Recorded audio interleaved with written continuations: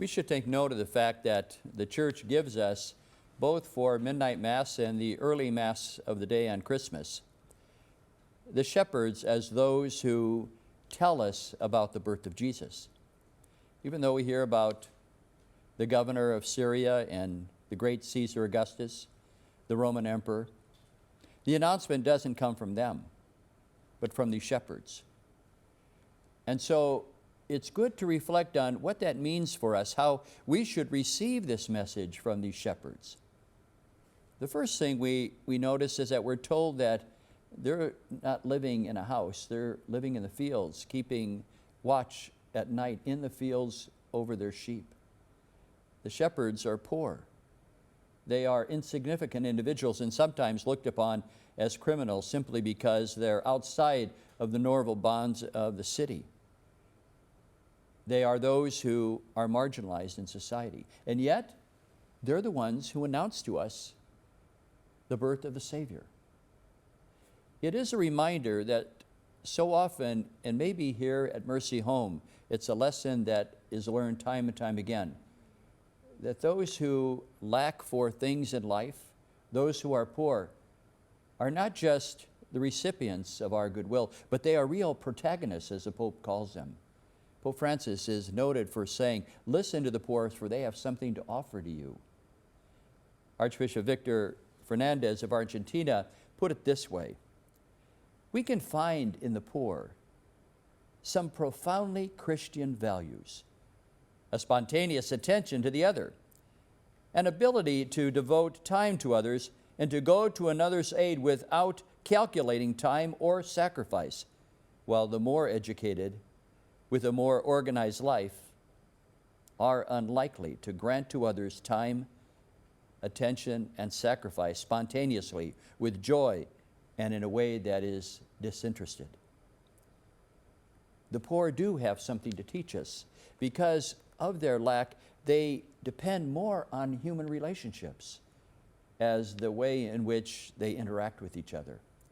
It's not a transactional relationship, but one that allows other people to be enriched by their presence.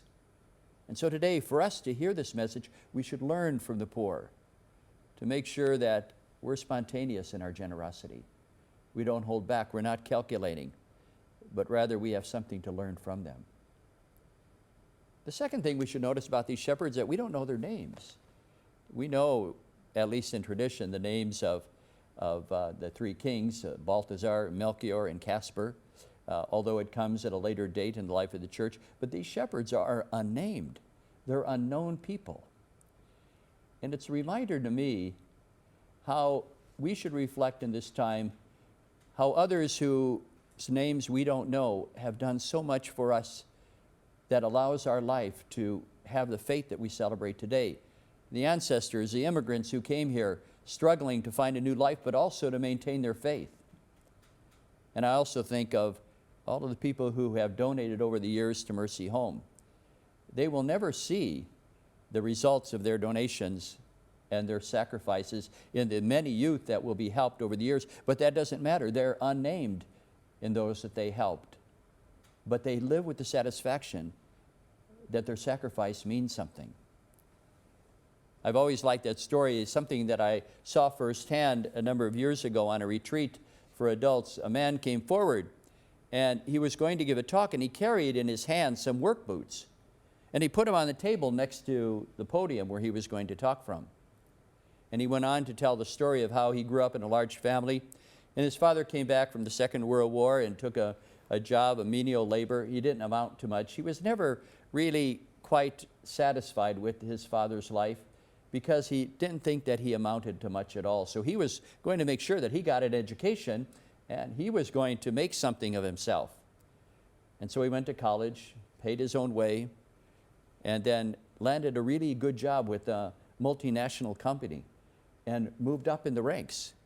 And all the while looking down at his father as someone who really didn't amount to much and who really he could not be proud of. His father died, and at the funeral home during the wake, the head, the president, the CEO of the conglomerate, the international conglomerate, came through the doors, and he was there, and So the young man went up to him and said, I'm really touched that you would be here today for the funeral. And he said, well, are you related to Jack, the deceased? Yes, he said, Jack and I served in the Second World War together in the Marines. He saved my life. I was in a battle and was wounded, and he sacrificed himself to come in and save me. And I always told him, if there's anything I can ever do for you, to let me know. He never asked for anything. We exchanged Christmas cards, and we had all sorts of conversations, but he never asked for anything until one day he called and said, you know, my son needs a job. Can you get him a job? Well, this man felt so ashamed that he had looked down on his father, that his father all along was the one who was responsible for his success in getting him that job. And so he pointed to the boots that he had brought up and said, you know, I always thought that I pulled myself up by my own bootstraps. All along, however, I forgot that somebody gave me the boots. How many times in our life we know those stories of people who, in the shadows, whose names we don't know, have done so much for us. And I think that is what motivates the people who support Mercy Home. They know that many of the children won't know their names, but they're satisfied in knowing that the good that they do will bear fruit in the lives that are flourishing here at Mercy Home. And the final thing we see about the shepherds is that they imitate the angels.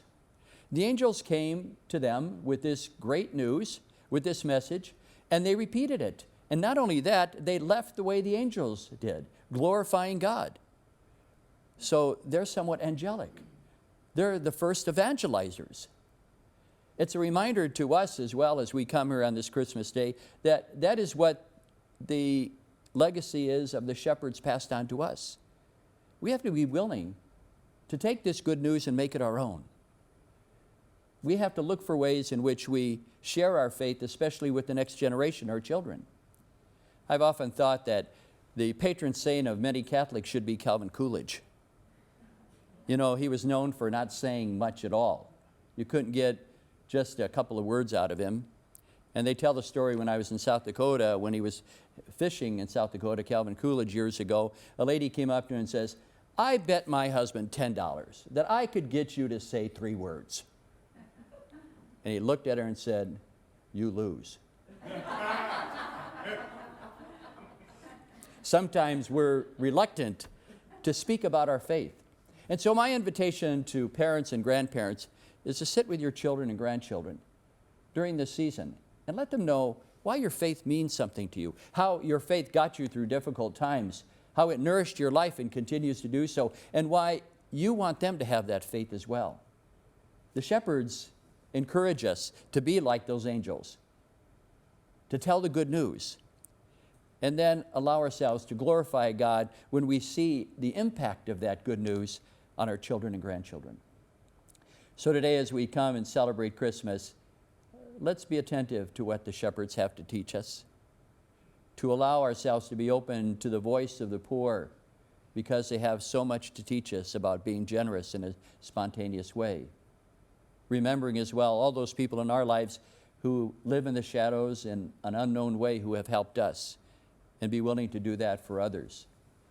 And finally, to pass on our faith, to be like those angels and the shepherds, so that when we see the faith passed on in the next generation, we will have our hearts filled with wonder and awe and leave glorifying God.